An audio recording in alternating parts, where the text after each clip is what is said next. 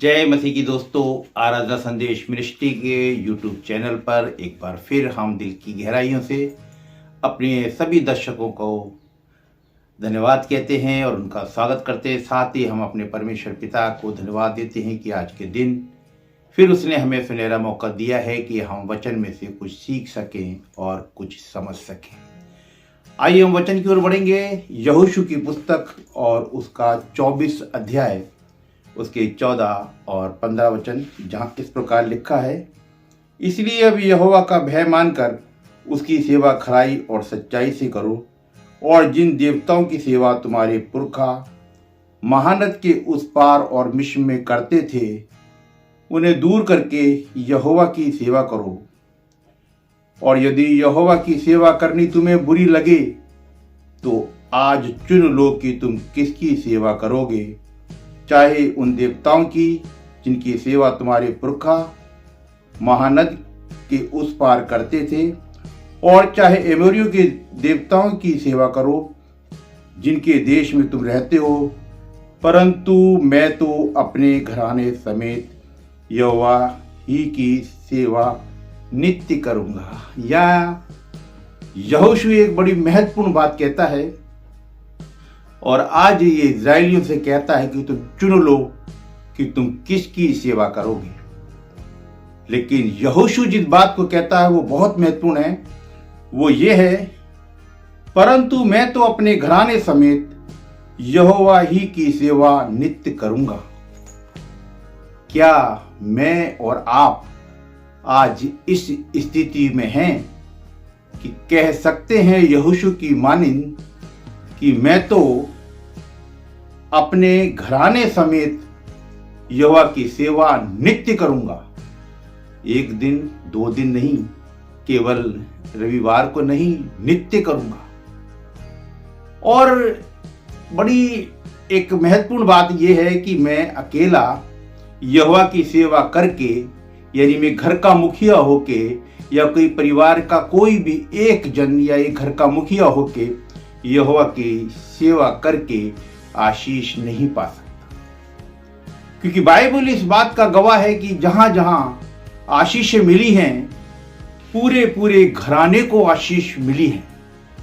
हम नूह के समय में जानते हैं जब पृथ्वी उपद्रव से भर चुकी थी। ऐसे समय में यहोवा ने धर्मी नूह को ही केवल नहीं चुना, केवल उसी को नहीं बचाया, वरन उनके 3 बेटे शेम, हाम, यपेत और उनकी 3 बहुओं और उनकी पत्नी, सबको बचाया।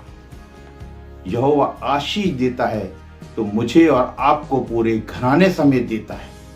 इसलिए मुझे और आपको चाहिए कि जब यहोवा की सेवा करें तो घराने समेत और नित्य सेवा करें। हम देखते हैं अब्राहम के विषय में। अब्राहम को जो आशीष यहोवा ने दी, का मैं तेरे वंश को आशीष दूंगा, पूरे घराने को आशीष दी। पीढ़ी से पीढ़ी तक ये आशीष चलती गई।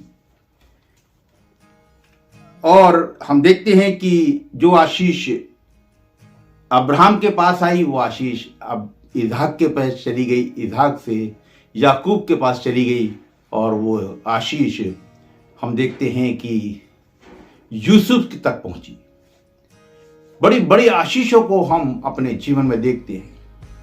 नूह के जीवन में देखा। नूह से तो यहोवा ने कहा उत्पत्ति के 9वें अध्याय के पहले वचन में, फिर परमेश्वर ने नूह और उसके पुत्रों को आशीष दी और उससे कहा, फूलो फलो बढ़ो और पृथ्वी में भर जाओ। इसी तरह हम अय्यूब को देखते हैं। अय्यूब का जीवन, अय्यूब की पुस्तक के शुरू के अध्याय में, पहले अध्याय में बड़ा अच्छा चित्रण है, जहां लिखा हुआ है कि ऊज देश में अय्यूब नामक एक पुरुष था, खरा, सीधा और परमेश्वर का भय मानता और बुराई से दूर रहता था।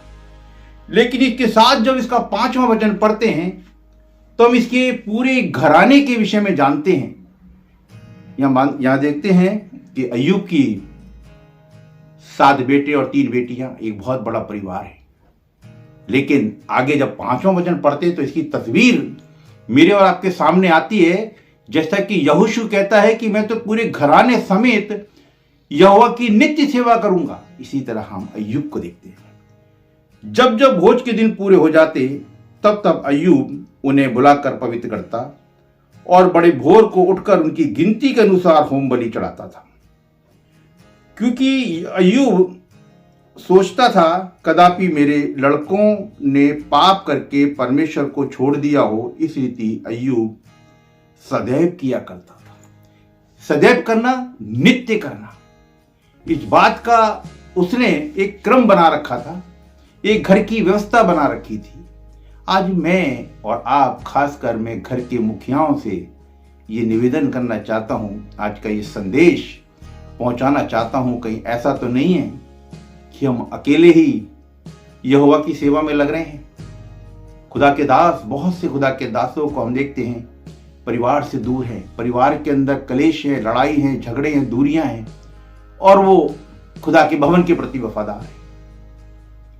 निश्चय है खुदा ने उन्हें जिम्मेदारी दी है, लेकिन उससे बढ़ के एक जिम्मेदारी है अपने पूरे घराने को बचाना, पूरे घराने समेत यहोवा की नित्य सेवा करना। यदि मैं और आप आज भी हल्के हैं, खासकर घर के मुखिया, अगर मैं और आप अकेले ही खुदा की सेवा करके और सारी आशीषें पा लेना चाहते हैं, तो खुदा का वचन ये हमें नहीं बताता। वास्तविकता यह है कि खुदा का वचन चाहता है कि हम पूरे घराने समेत यहोवा की सेवा करें। प्रतिदिन शाम को पूरे घराने को बुला के बैठें और प्रार्थना करें, खुदा के वचन को पढ़ें, चिंतन करें, मनन करें।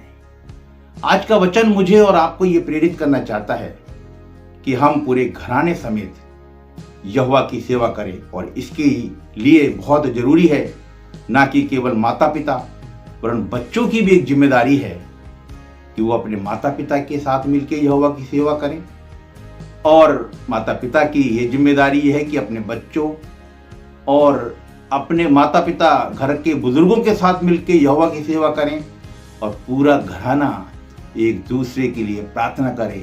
निश्चय हम परमेश्वर की बहुत सी आशीषों को अपने जीवन में अनुभव करने पाएंगे।